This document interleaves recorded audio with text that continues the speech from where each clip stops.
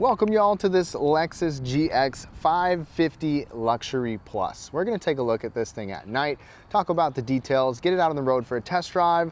Let's get started. Now, starting out right on the exterior, first of all, with the different trims for this GX, we've got the premium, the Overtrail, and luxury models, and they both come with a regular and a plus model, and we have the Luxury Plus coming in at about $84,000.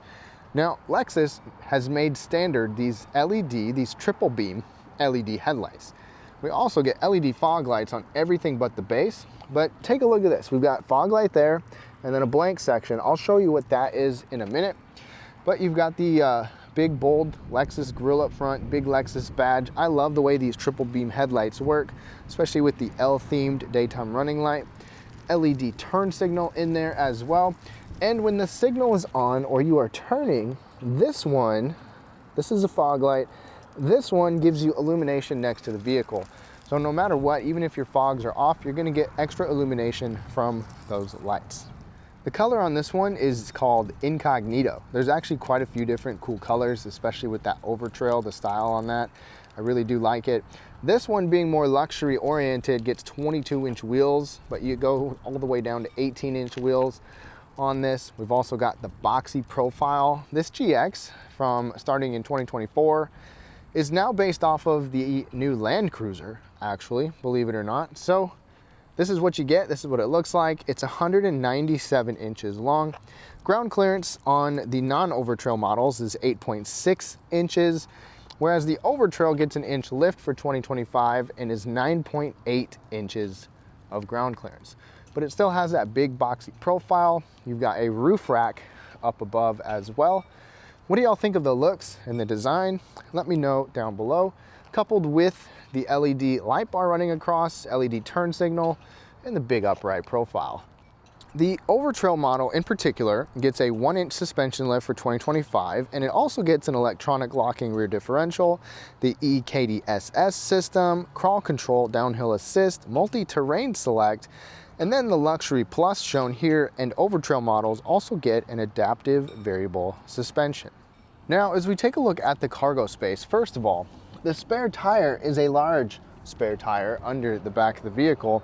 Now, there is a kick sensor here with Lexus. We've got the Premium Plus, the Luxury models, and the Overtrail Plus model as well. So luxury models or the other Plus models, then you've got that.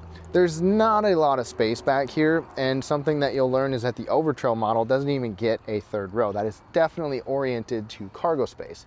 But you can have the third row up. We'll show you what that space is like in a little bit, but that really cuts out just how much space we have back here.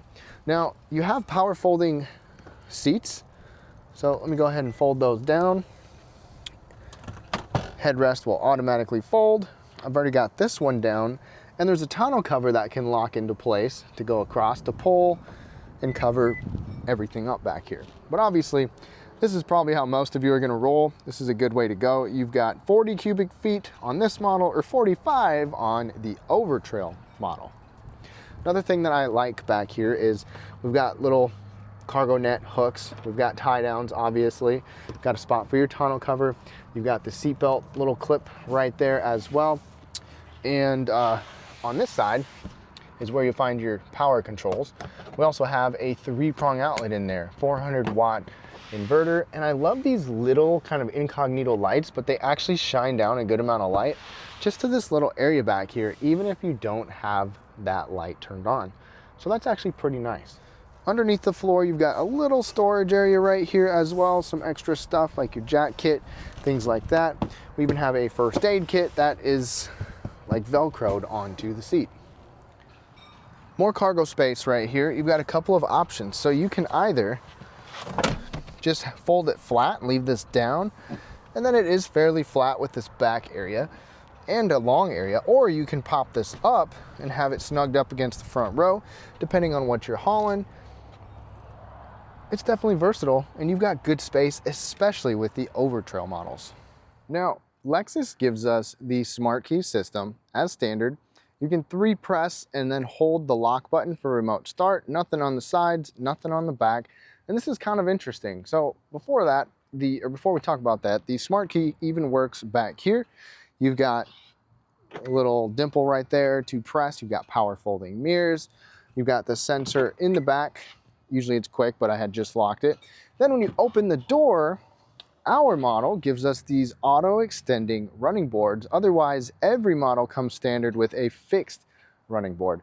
And you can turn that off or on to where you can have it stay out all the time, or you can have it go automatically, or have it completely off so it just stays retracted the whole time. Lexus gives us puddle lamps. We also get these sill plate lights right there, which is pretty sweet. Now, the type of seat material is going to vary depending on the trim. This model gives us, the luxury model, gives us a semi-aniline leather. It's a very nice leather, looks good. It's got a nice color to it. Otherwise, you will get the New Luxe on the premium, which is a synthetic leather, or New Luxe and Ultra Suede on the Overtrail. One thing that is surprising to me, though, is that we don't even have a four-way lumbar support. So kind of surprising to me. It's just front and back, height and tilt, and we'll talk a little bit more about more in a second. Before we move on, this little button does extend the thigh cushion, but wait, there's more. For 2025, Lexus made all GX models have the power, tilt, and telescoping steering wheel, and a leather steering wheel is also standard on all models. The only thing is the base model doesn't get a heated wheel. The rest of them will get a heated steering wheel. Both sides give you grab handles, so those of you with mobility impairments, you are covered because you've got that grab handle. You've got running boards as standard equipment as well, so you're good to go. Now, if we start it up, I'll be able to show you the heated and ventilated seat function. We also have memory settings as standard as of 2025 on all models. Those buttons are right there. And then the heated seat, heated steering wheel button is over here. We've got ventilation, and the cool thing about Lexus is you can have those be on auto. So like if you have your temperature set to 78 or something and you want to keep it warm in here, it's going to know and automatically turn on the heated seats and the heated steering wheel. Now, climbing into the second row, things are definitely nice back here. It starts out with these sunshades right there, so that's nice. You even have this nice material, the trim, the brown trim. There's even like a wood trim right there. Big speaker grill for our premium audio system, and a couple of cup holders, even some puddle lamp lighting coming down right there. And the semi-aniline leather carries on to the back seat. Backseat passengers also get a grab handle, which is great. Now, sitting behind myself, the GX is not the most spacious considering its overall size. I don't have a ton of room for my feet. There's literally no wiggle room under where I like to sit, but there's good enough knee space right here. The seat does protrude back a fair bit though, so car seats, rear-facing car seats, are going to be a lot tighter than you would expect. And then down here, we've got our own climate control. Check it out. It is a single zone automatic back here. We've got heated seats. You know, some models are getting ventilated seats for the second row. This top end Luxury Plus, maybe I'd expect it to be standard, but at least you have your own auto temp controls. We've got a couple of USB-C charging ports down there as well. It would be kind of nice to see a 3-prong outlet down there, but that's just me. Cup holders in the middle right here. And then right here, a little kind of rubber pad, which is nice. There's also this armrest, folding armrest. It's pretty skinny though, but this is a good place for kids, especially. Good for adults too, but not quite as spacious as you might hope for a family. AC vents are up here, grab handle is up here as well, and there's one more thing. Overhead, we've got this massive piece of glass right here. Now take a look at that right there, and then take a look at it again. So you can change it. We've seen this in Toyota before. We've got this changing roof glass, which is pretty unique. One more thing, we can recline. So even though there's not a ton of leg space, you can recline and be pretty comfortable in here for the most part. Into the third row, got that seat kicked up just like we do with the cargo area. So there's a little bit of room in here. Not a ton, but let's see if I can fit. All right, that seat back is not all the way back, but even still, I would have a little bit of room for my knees. Not a ton, definitely very tight with my feet. Can stretch a leg out right there. We've even got USB charging port right there as well, which is pretty cool. And this button right here, we can move our seat back so we can kind of recline the third row. I can definitely feel my head touching right now. It's right up against the ceiling, but I could still fit right here. We've got a grab handle and an AC vent right here. So third row is definitely doable for adults. I'm 5'9". You'd probably want to be shorter than me though. Now let's take a look at the interior. I will turn the lights on, but also show you some ambient lighting in here as well. So first of all, over on the door, you've got well illuminated buttons, just nice switchgear overall, metal door handle. The trim on the doors is very nice too. I mean, even right here, this is soft. You've got a pretty good sized bottle holder down there, some extra storage down here. On the inside, you've got your trip computer, odometer, toggle button, brightness control, memory settings, extra controls here. I even showed you the running boards with that button down there. You've got your auto high beam button right here on this stock as well. And then the steering wheel controls are typical new Lexus. You've got some nice feeling on them. You've got kind of a split design of what controls do what. Driver assist functions are on this side. You've got some seeking over here, volume controls on the other side, and this touchpad will work this display. This is not my favorite display from Lexus. I love that it's digital, it's large. You can change the layout and the way that it looks as far as whether there's gauges or not, or one gauge in the middle. But as far as changing information on here, it's a little bit annoying. You've got essentially 3 pages where you can change somewhat of what you see on each side. And don't mind these 2 lights right here. These are part of Lexus Safety System 3.0. They're like sensors. You can't see them with your eye, just here on the camera.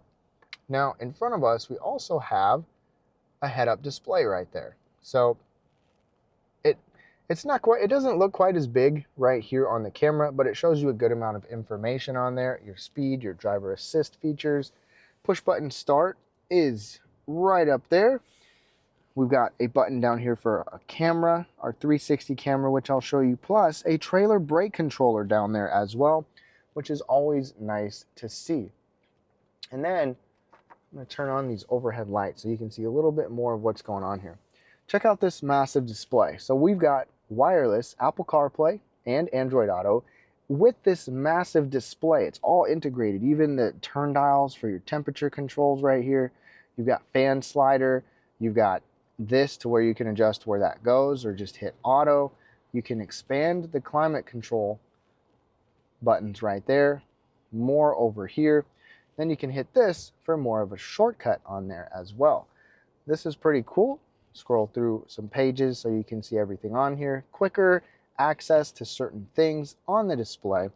Let me go into reverse so you can see this 360 camera. Now the over trail gives you a little more detail on your 360 camera, but we've got a 360 view right here. We've got this camera over there. And if I tap on different parts of the screen, you can see better in that particular area. Even if you're in park and you hit the camera button, you'll get this bird's eye view. It spins around. It looks pretty cool. And it's pretty clear as well. Another thing is that we have the upgraded Mark Levinson audio system. It's a nice audio system, but you even get a 10-speaker premium system from Lexus without that as well. I'm going to turn the overhead lights off to where you can see we have multiple color ambient lighting available in here. It's on this Plus model, and it's kind of all over the place. There's different colors you can do. If we go into the settings here, go to Lexus, go to vehicle, and then where are we at? No, go to settings. Sorry, it's been a while since I've done this. Vehicle customize, go to illumination. The theme, you can decide. We're at sunset right now. Let's say we want to go to like a rainforest. So the lights are going to turn more blue. You can adjust each zone's brightness. This is all the way up, so it's not super bright, but it is still pretty nice. Gives you a nice ambiance in here.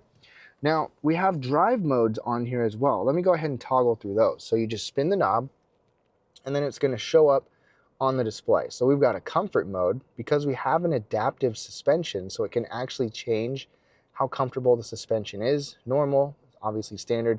Sport is more of a powertrain setting, and then Sport Plus tightens up that suspension, juices up the powertrain, even your own custom mode as well. We'll go through those later.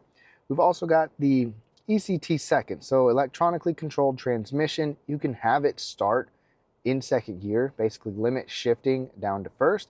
So you can stay in second, like if you're going with a slow speed acceleration on slippery snow or ice, that can be good to use. Most of you you don't really need to use it, but you certainly could. Tow haul mode, traction control, our shifter down here. Let me go ahead and turn these lights on again with an electronic parking brake. We've got a brake hold button.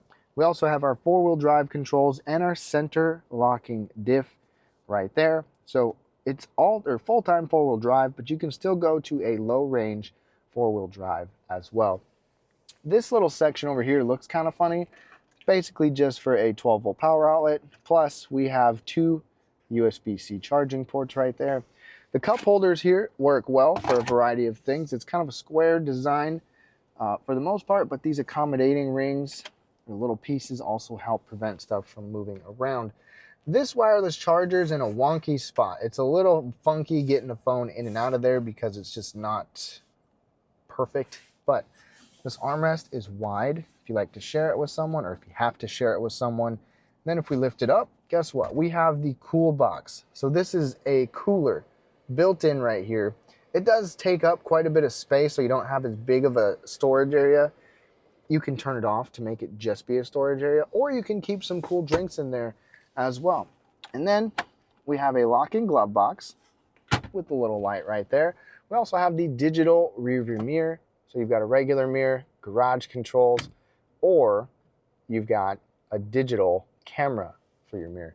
Overhead, we've got LED interior lighting. You can turn those off with that. And then this little button, this is part of our dynamic panorama roof. So it basically makes it like kind of hazed over or see-through. Isn't that crazy? It's like you can have it open with the cover, but the roof itself does not open up like a typical sliding roof. And visibility out of this big boxy thing, it's pretty good. I mean, you got a big window right there. You got a big window right there. So you can see quite well when you're changing lanes. Plus, we've got blind spot monitoring in the mirror. Now, under the hood, Lexus actually does not give us a V8 anymore. It is a 3.4 liter twin turbo V6 with 349 horsepower and a hefty 479 pound-feet of torque. One thing I love is that this, even though it is turbocharged now, it is still it's got Lexus's D4S technology with direct and port injection, and just like the GXs of old, it is a full-time four-wheel drive. Miles per gallon is still not great with up to 21 mpg. Towing though is quite good. The top model, it's an Overtrail model, can get about 9,100 pounds. This one is a little bit less though. All right, y'all, we are now behind the wheel of this Lexus GX, and I've got to say, I enjoy driving this. It's got a nice kind of big bellowy ride, sits up tall. You got good power, great torque with this engine. Now, I do love the V8s that the GX has had for years. You know, the most recent one and the previous one. It's just a solid V8, and you don't have that anymore. We've got just this twin turbo V6, but it's very punchy, and the GX still sits up tall. It's got a comfortable ride. It's still built like a tank. I mean, this is a body on frame vehicle. You've got off-road capability, especially with the Overtrail. But one thing I've got to say is that this does have a bit of a choppy ride sometimes, so something to keep in mind. It's certainly not bad, but for a luxury vehicle, if you're looking for just comfort, it is comfortable, but this ride is not, you know, super plush. You might want to go with the Lexus TX for something like that, more passenger friendly. But aside from that, I still love driving this GX. We're gonna get on it, change the drive modes a little bit here, You got a quiet ride as well, as you would expect with a big vehicle like this. One thing I haven't even checked yet is, yes, this does have laminated glass up here too. I thought it did because it definitely suppresses wind noise. And it's beeping at me right now because I've got the camera on my hat, so it probably thinks that I'm not paying attention. Let's go ahead and put the pedal down.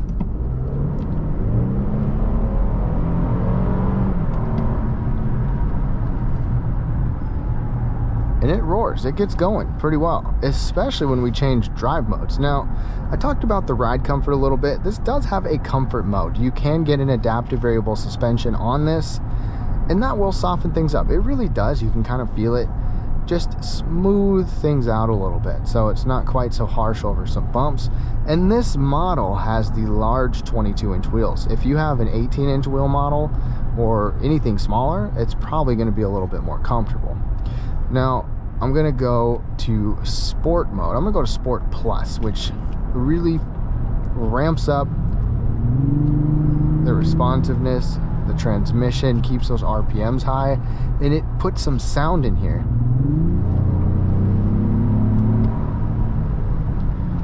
What do you think? How does that sound? You know, Lexus does add some sportiness with this. They've got the active sound design in other models, so you can still have some fun with this big burly GX. Doesn't have the V8, but you've got plenty of power and plenty of torque, especially the torque. And for a big vehicle, this still handles okay. It's got quite a bit of body lean, but the steering confidence in here is pretty good, I would say. The one thing is, if you're taking some corners, you definitely feel a topsy-turviness to it, but it still feels well planted for the most part. It's a big, heavy vehicle, and it just drives nice for the most part. This transmission has also been extremely unnoticeable. So this 10-speed, it has not been jerky, choppy, hasn't been skipping gears or anything that feels funny. You hardly even notice it in this GX, which is great. So overall, driving the GX, it's not as comfy as I would expect, but it's not really meant for that. It's an off-road capable vehicle. It's plenty comfortable for me personally, and I think most of you will think the same as well. It's a very capable vehicle, full-time 4-wheel drive, which is awesome. It's even got a 4-low. You've got off-road capability with some of them, good ground clearance overall, and a quiet vehicle too. So overall, nice driving impression with this GX. With ergonomics in here, I don't love how touch dependent things are, like the climate control. At least you have knobs, but everything else is touch screen on there. I don't love that. The massaging seats, first world problem completely, but you have to fiddle with the screen in order to do that kind of thing too. I just want the back to the basics, kind of knobs and buttons, but that's just me. This is the way things are moving, but I can't really complain too much about it.